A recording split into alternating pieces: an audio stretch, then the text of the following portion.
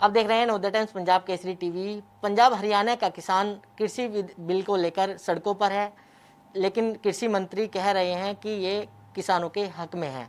हमारे साथ केंद्रीय राज्य मंत्री अनुराग ठाकुर जी मौजूद हैं। सर, किसान सड़कों पर है, जिस तरीके से कल तस्वीरें देखी पंजाब की, हरियाणा की।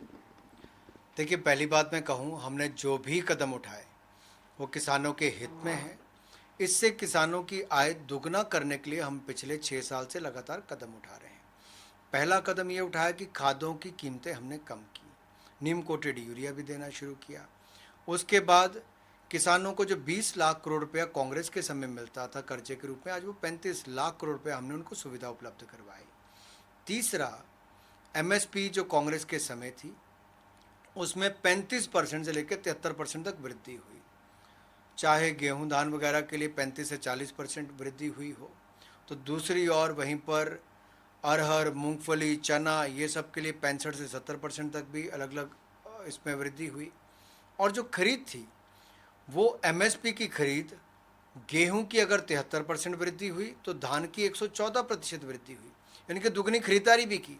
लाखों करोड़ रुपया मोदी सरकार ने ज़्यादा खर्च किया किसानों की एमएसपी में खरीद करने के लिए। तो जो लोग आज भ्रम फैला रहे हैं कि इससे एमएसपी बंद होगा, बिल्कुल झूठ बोल रहे हैं। एमएसपी था, एमएसपी है और आगे भी एमएसपी रहेगा। एमएसपी में खरीद होती थी, आज भी हो रही, आगे भी होगी। पहले जितनी होती थी उससे 114% ज़्यादा, यानी कि दुगनी खरीद, दुगनी से भी ज़्यादा मोदी सरकार के समय धान की हुई, 73% गेहूं की हुई। कीमतें 35% से 73% तक बढ़ी। तो अब इससे स्पष्ट तौर पर पता चलता है सब कुछ हुआ।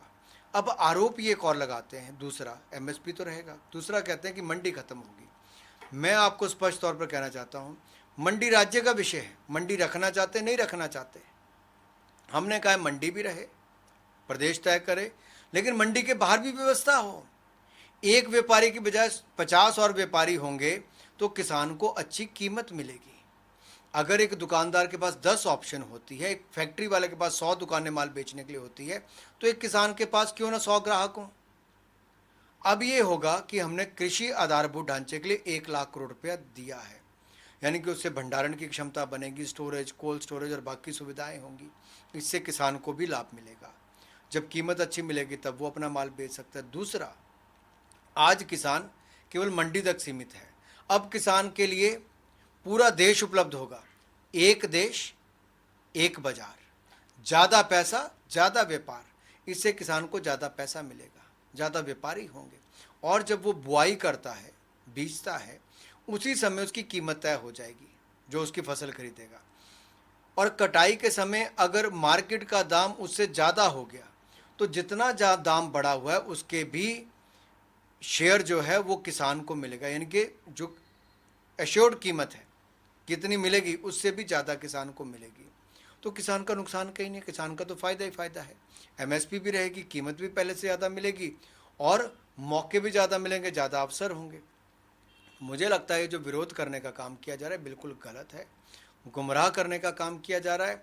इससे किसानों को बचने की आवश्यकता है। लेकिन अनुराग जी, आपने एमएसपी की बात करी है, तो किसान कह रहे हैं कि अगर एमएसपी ख़त्म नहीं कर रहे हैं तो इसको जो बिल बनाया है उसमें लिख क्यों नहीं देते हैं। मेरा किसान भाइयों से अनुरोध है कि कृपया ये सवाल कांग्रेस और बाकी दलों से पूछें कि 70 सालों में जब कांग्रेस की सरकार 55 साल थी तो क्या ये बिल का हिस्सा थे? क्या बिल का हिस्सा थे? एमएसपी कभी किसी बिल का हिस्सा ही नहीं हुआ। एमएसपी एक प्रशासनिक व्यवस्था है जो जब से है तब से वैसी ही चली आ रही है। और हमारी सरकार के समय तो एमएसपी का दाम भी बढ़ा, एमएसपी में कुल खरीद भी बढ़ी। हमने लाखों करोड़ रुपए ज़्यादा खर्च किया किसानों के लिए। तो ये तो कांग्रेस गुमराह कर रही है, इसमें तो फायदा ही फायदा है। लेकिन किसानों की बहुत सारी शंकाएं हैं। वो कह रही हैं कि हम लोग छोटे मजदूर हैं, ठीक है, हम अपनी ज़मीन, हम अपनी खेती जो है वो किस तरीके से बेच पाएंगे। बहुत सारी शंकाएं जो हैं उनके सामने हैं। मैं धन्यवादी हूँ, आपने पंजाब केसरी ने और नवोदय टाइम्स ने सवाल पूछा। हम यहाँ पर कह रहे हैं कि आप अपनी ज़मीन नहीं दे रहे हैं। जैसा पहले भी, आज देखिए देश के बहुत सारे हिस्सों में ठेका चलता है, कॉन्ट्रैक्ट होता है, वो फसल का ही होता है, खेती करने का होता है। हम तो यहाँ पर कह रहे हैं फसल का ठेका है। जमीन आज भी किसान की है और भविष्य में भी किसान की रहेगी। कोई भी ठेकेदार जमीन का मालिकाना हक उसको नहीं मिल सकता। यहाँ तक कि अगर उसने ट्यूबवेल भी अपना लगाया, सोलर पंप भी अपना लगाया, उसने इरिगेशन सिस्टम भी अपना लगाया, सिंचाई सुविधा भी अपनी लगाई और उसने अपना स्टोरेज भी वहाँ पर अपनी बनाई, तब भी वो ज़मीन का मालिक ठेकेदार नहीं बनेगा, वो किसान ही मालिक है। अगर किसान कह देता है मुझे ठेका ख़त्म करना है, तो व्यापारी को अपना वहाँ से सब कुछ उतार कर ले जाना पड़ेगा। अगर उतार कर नहीं ले जाता तो वो भी किसान का हो जाएगा। इस इतनी गारंटी तो आज से पहले कभी थी नहीं। ये तुमने लिखित रूप में कानून में किया है। किसान की ज़मीन भी बचाई, किसान को पैसा भी ज़्यादा मिलेगा और किसान को एमएसपी मिलती रहेगी। ये भी गारंटी किसने दी? तो मोदी सरकार ने दी है। लेकिन किसानों में एक शंका ये भी है कि हमारी कम ज़मीन है, हम किस तरीके से अपने जो सामान है उसको बेच पाएंगे या खेती है उसको बेच पाएंगे, क्योंकि जो सेंटर होंगे वो बड़ी दूर होंगे। हम अपना जो माल है वो किस तरीके से लेके जाएंगे, वहाँ पे पता नहीं दाम कम होगा ज़्यादा होगा। आपको क्या लगता है जब कोई फैक्ट्री लगाता है और देश भर में माल भेजता है तो बहुत सारे व्यापारी तो वहीं से माल खरीदते हैं फैक्ट्री से आके। यहाँ पर भी जो व्यापारी होगा, क्या आपको लगता है आड़ती देश में माल नहीं भेजता? लोग आके लेके ही जाते हैं ना, वो भी व्यापारी हैं। इसी तरह से जब बाकी कंपनीज भी आएंगी तो प्रतिस्पर्धा है, कंपटीशन बढ़ेगा, ज़्यादा लोग होंगे, ज़्यादा दाम मिलेगा और दाम जब ज़्यादा मिलेगा तो वो लोग अपनी व्यवस्था बनाएंगे और जब व्यवस्था बनाएंगे तो खेत से ही उठाएंगे सामान या उनका जहाँ पे स्टोरेज फैसिलिटी बनेगी वहाँ पे आके किसान छोड़ेगा। जैसे अभी मंडी में छोड़ता है वैसे ही वहाँ पे छोड़ेगा, या फिर उस कंपनी के लोग और लोगों को नौकरियाँ देंगे कि अलग अलग खेतों से सामान उठा के उनके भंडारण क्षमता तक पहुँचाइए। सर एक क्वेश्चन और है कि लोग कह रहे हैं इसका प्राइवेटकरण किया जा रहा है, प्राइवेट लोगों को इसके अंदर एंट्री दी जा रही है। क्या मंडियाँ सरकारी हैं? क्या आड़ती सरकारी हैं? जो पूंजीपति लोग हैं उनको आप आड़ती क्या है? आड़ती पूंजीपति नहीं है। आड़ती कौन है? आड़ती इसीलिए है कि वो पैसा लगाता है, पैसा देता है। लेकिन आड़ती के जो 8.5% टैक्स लगता है मंडी में, हम लोग कह रहे हैं नई व्यवस्था में टैक्स नहीं लगेगा। पंजाब का इतराज़ क्या है? पंजाब कहता है कि हमारा 3,500 करोड़ रुपया मंडी से इकट्ठा होता है। मोदी जी ये कहते हैं कि तुम मंडी से तो इकट्ठा करते हो, मैं चाहता हूँ किसान ज़्यादा कमाए, इसलिए मोदी जी कह रहे हैं कि टैक्स नहीं लगेगा। तो जब ये टैक्स मंडियों में जो लगता है वो नई व्यवस्था में नहीं लगेगा तो किसान को ज़्यादा पैसा देगा व्यापारी, देगा कि नहीं देगा? इसीलिए पैसा ज़्यादा देगा क्योंकि उसको 8.5% टैक्स नहीं देना पड़ रहा। सर एक और है किसानों की समस्या कि उनके अंदर एक भ्रम ये है कि जो पहले हम इसको लेकर कोर्ट नहीं जा सकते, जो इसका निवारण है वो एसडीएम तक ही सीमित है। कोर्ट में वर्षों लग जाते थे। हमने कहा कि लोकल एसडीएम, किसान को जाना ना पड़े, लोकल एसडीएम 30 दिन के अंदर इस पर अपना ऑर्डर देगा, यह अनिवार्य है, उसको ऑर्डर देना पड़ेगा। और इससे पहले कहा कि 3 दिन के अंदर भुगतान व्यापारी को करना पड़ेगा। अगर 3 दिन के अंदर व्यापारी भुगतान नहीं करता तो वो एसडीएम के पास जाएगा, एसडीएम को 30 दिन के अंदर अपना निर्णय करना है। तो किसान के हित में है। और दूसरा जो आपका पहला प्रश्न था उसमें भी पंजाब के एमपी या पंजाब की सरकार कहती है कि अगर मंडी में पैसा इकट्ठा नहीं होगा 3,500 करोड़ साल का तो उनकी प्रदेश की कमाई बंद हो जाएगी। वो किसान की कमाई करना चाहते हैं कि प्रदेश की कमाई करना चाहते हैं अपनी सरकार की? ये कांग्रेस तय करे, सरकार की कमाई करें किसान की? हम कहते हैं कि किसान की कमाई हो। सर एक क्वेश्चन हो रहा है कि जिस तरीके से आप कह रहे हैं कि ये बिल इतना अच्छा है, आपने बहुत सारी खूबियाँ गिनवाई इस बिल की, आप लोग किसानों को समझाने में नाकाम क्यों हुए? किसान सड़कों पर क्यों आए फिर? देखिए, जब राज्य की सरकार गुमराह कर रही है पंजाब की और वो ये कहती है कि एमएसपी बंद हो जाएगा, वो ये कहती है कि मंडी बंद हो जाएगी, वो ये कहती कि आपकी ज़मीन ले लेंगे, जब किसान से सरकार ही झूठ बोल रही, सरकार के मंत्री वहाँ पे पंजाब के झूठ बोल रहे, तो आप क्या उम्मीद करते हो? भोला भाला किसान क्या करेगा? उसको गुमराह कर रहे हैं। लेकिन अभी बहुत सारे किसानों ने अपनी इंटरव्यूज़ दिए, बाइट दी। आपको भी जाके करना चाहिए, आपको भी किसानों को बताना चाहिए कि देखिए एमएसपी पहले भी था, आज भी है, आगे भी रहेगा। मोदी जी ने आपको एमएसपी की कीमत भी ज़्यादा दी, मोदी जी ने आपकी एमएसपी में खरीद भी दुगनी की है और मंडी पहले भी थी, आगे भी रहेगी। लेकिन मंडी के अलावा अब आपको और भी व्यापारी मिलेंगे सामान खरीदने के लिए।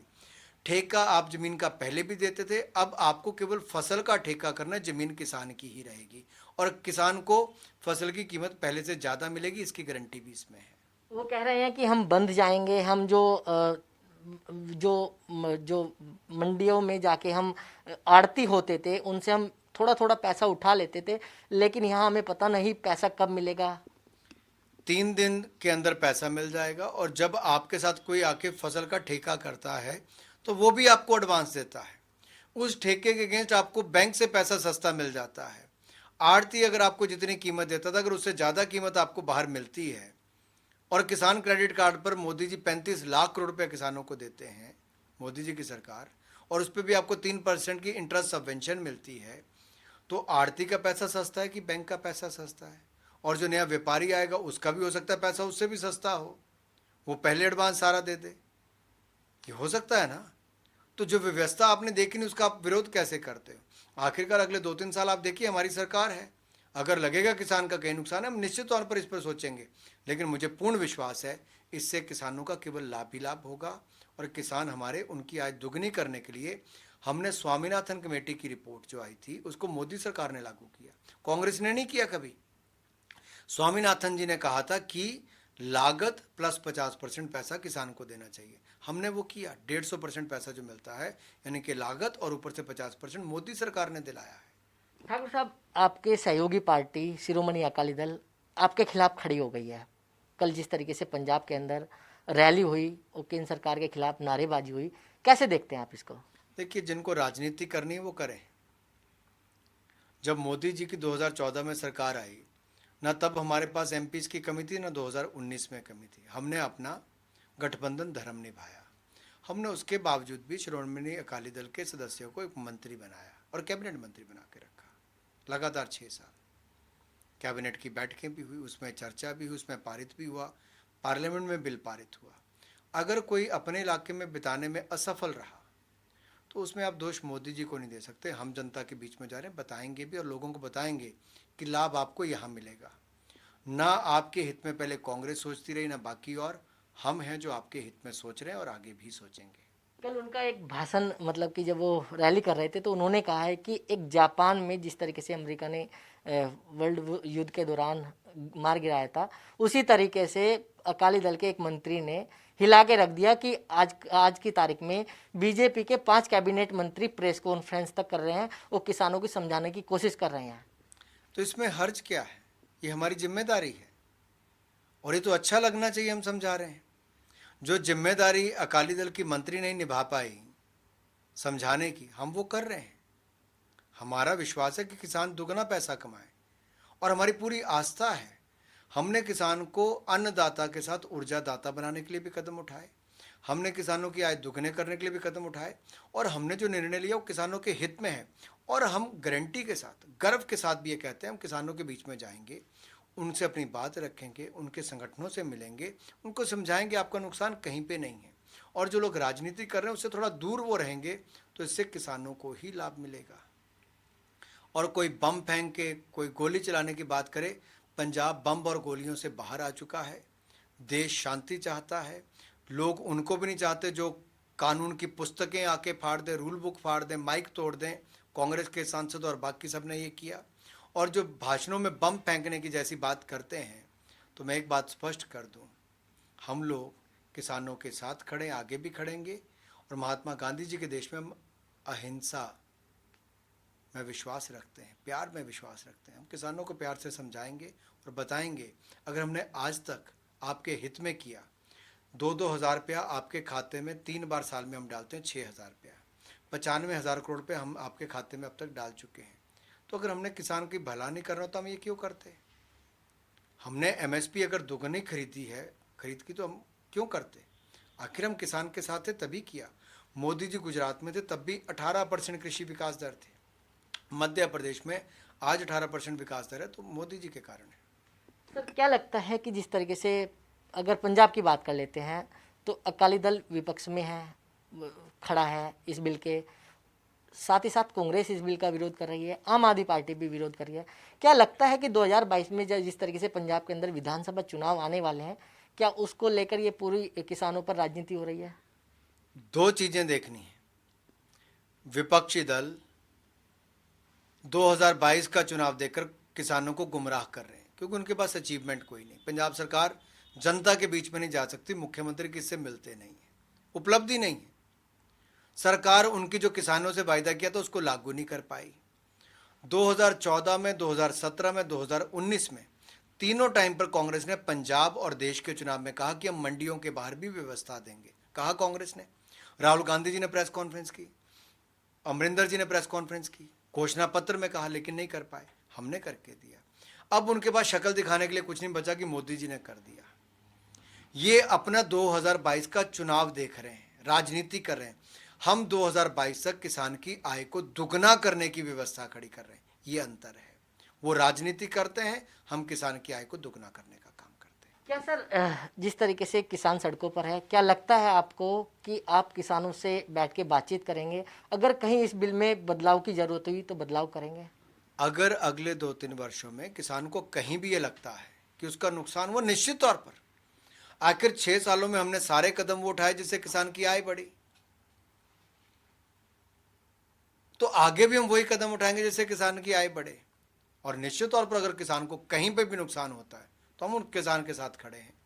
किसानों के लिए एक ही संदेश पूरे इंटरव्यू का, और इसमें एक ही है कि एमएसपी पहले भी था, आज भी है, आगे भी रहेगा।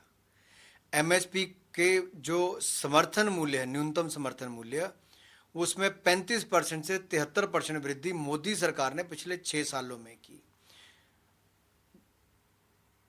गेहूं, धान और इसके अलावा दलहन और तिलहन के दाम 35% से 73% न्यूनतम समर्थन मूल्य हमने ज़्यादा दिया। ये भी हो गया।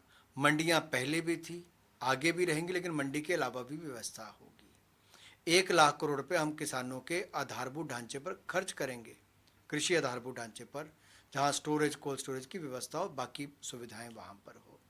अगर ये सब हम करने जा रहे हैं, आपकी ज़मीन आपके पास रहेगी, कोई आपकी ज़मीन को नहीं ले सकता, और फसल का दाम भी आपको पहले से ज़्यादा मिलेगा। ये हमारी गारंटी किसान के लिए और आगे भी रहेगी। तो बिल्कुल, ये थे केंद्रीय राज्य वित्त मंत्री अनुराग ठाकुर जी, जिन्होंने पंजाब केसरी से खास बातचीत की। दिल्ली से कमल कुमार कंसल, नवोदय टाइम्स, पंजाब केसरी टीवी।